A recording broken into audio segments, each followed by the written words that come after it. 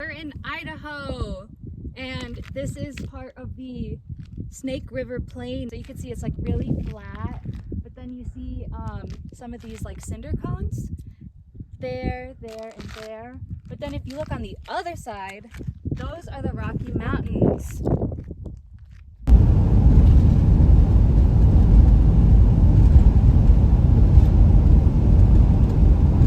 Right there we got some pronghorn, or also known as American antelope, and they're a beautiful animal that you find in the areas of the west that still have large grasslands type area. It's running.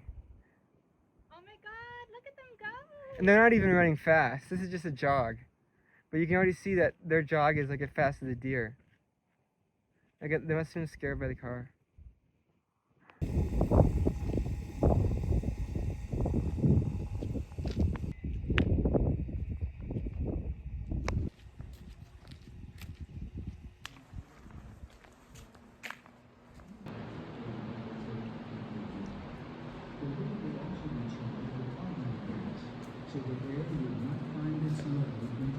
Oh my god.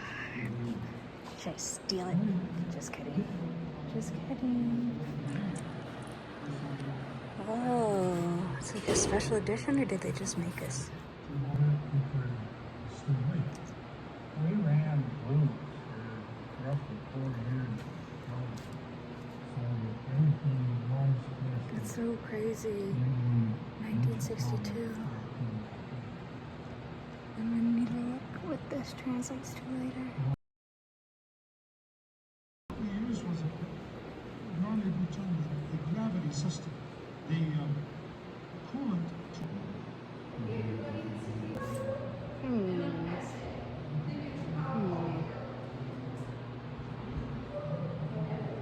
This newspaper section, and immediately the borax called to me, because I think about when we were in Death Valley and around that part of the country, and how they would like mine it there. I got like the 100 mule team or whatever. I think it was a different number. And then had found some at home and was able to use it to really clean up some white shirts. So this is a display about the 3 Mile Island nuclear reactor, and I watched a documentary about that. I forget what streaming service, but yeah, it was not good. It's not good. It negatively affected a lot of people. So that's the interesting, you know, controversial aspect of nuclear energy. It's like the pros, the cons, the add-ons. Oh, the electricity now in use in the civilian is low. Nuclear measurements. I think that's Futura. Either or. There are fuel rods. Makes me fall out. Yeah.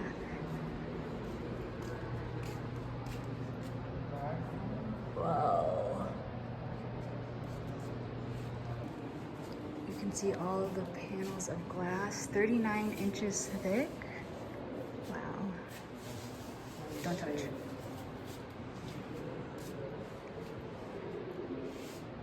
Don't do it. This is the rod farm. And this is the chalkboard where they would keep track of things. They have something about the Snake River. But this is where we're gonna drive through the Rockies. I love the neon lights. How does a nuclear power plant, in this case EBR-I, make heat? Red and the neutrons are blue. I want to introduce you to our hero. This is a fast neutron. You think you're supposed to play Jenga?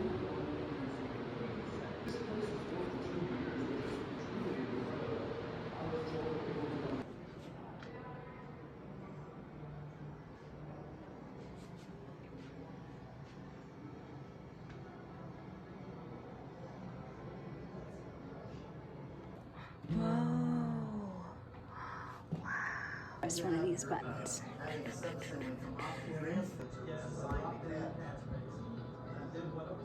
You're able to retrieve that one as planned.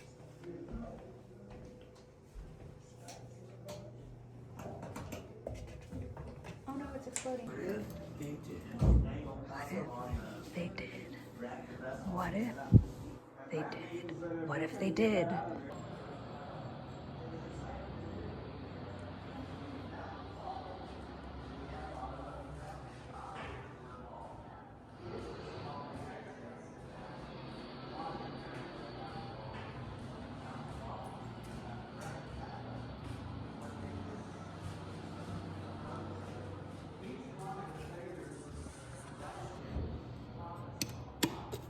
One of those timelines.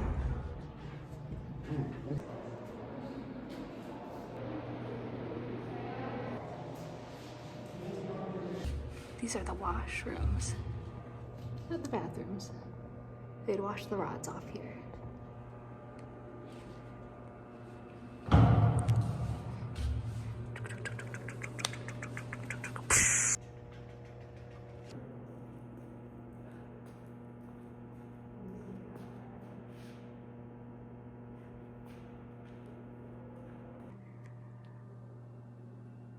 Wait.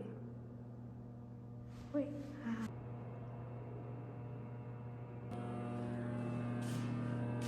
There's more of that glass.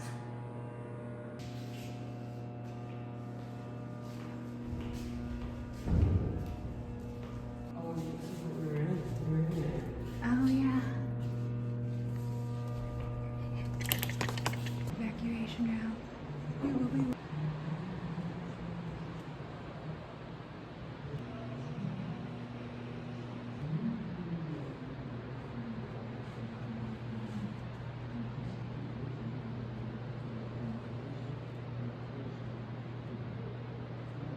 First bulbs ever lit by electricity generated from nuclear power.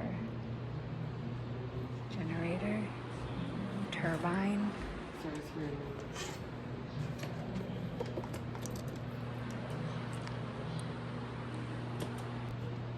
Electricity was first generated here. Blah, blah, blah. Okay. That's pretty cool. So this is actually the real writing from these people. They wrote it in chalk on this wall. It's protected behind glass now. It's really cool. This is the control room where decisions were made. Wow.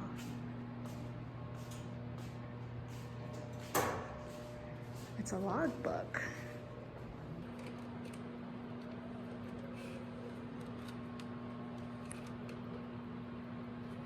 Oh yeah, and there's the writing. They have a scram button. They had this in the other room too.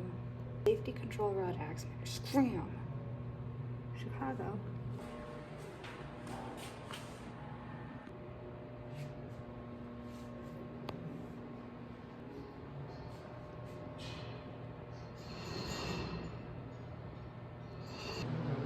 Yeah.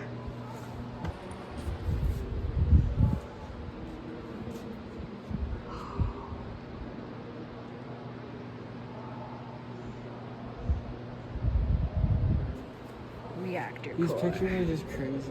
I know. Breeding blankets. So what do you think of the museum so far? It's cool. One of the coolest places that I've like toured before. It's free. But I'm standing on top of a nuclear reactor.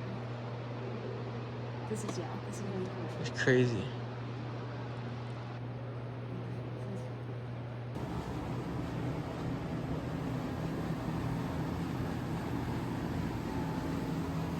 Helvetica fans rise. Atomic City. That's where we were earlier today. Yeah. That's where we are today. We're heading that way. What's this? Olden days.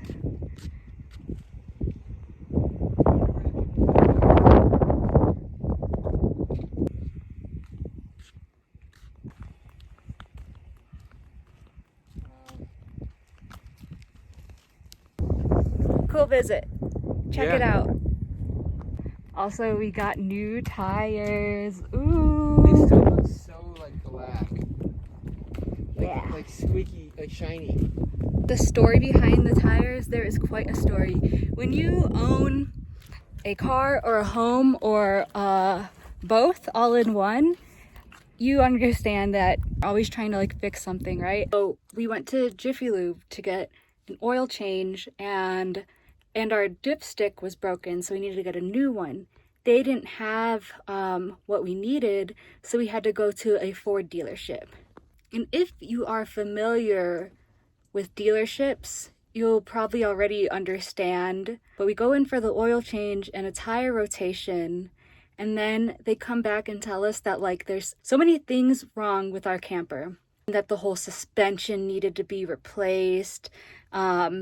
So they couldn't what's it called? What do they call it? Couldn't rotate. They couldn't rotate our tires because of that. And like all of it came out to like $3,000. They basically made it seem like if we were to drive off of the lot in that dealership, our camper would fall apart. They created a chain of necessity, according to Davis's research. This is the thing is the only main problem they could really be like, this is going to stop you from driving short term, was our tires had low tread. But then they said before we could change our tires, we had to get a tire rotation. But before we could get a tire rotation, we had to change our whole suspension. And that was the whole thing from one to the next was like $3,000. And then we ended up just going to a place and getting new tires, and they rotated it for us. And it was like, well, that was the solution the whole time. Yeah, we want to give a shout out to Discount Tire because they really hooked us up. They were really nice, and we found out that like all the things that the dealership was saying just wasn't true. So yeah, now we're really happy with our new tires. Makes it look like sleek and nice.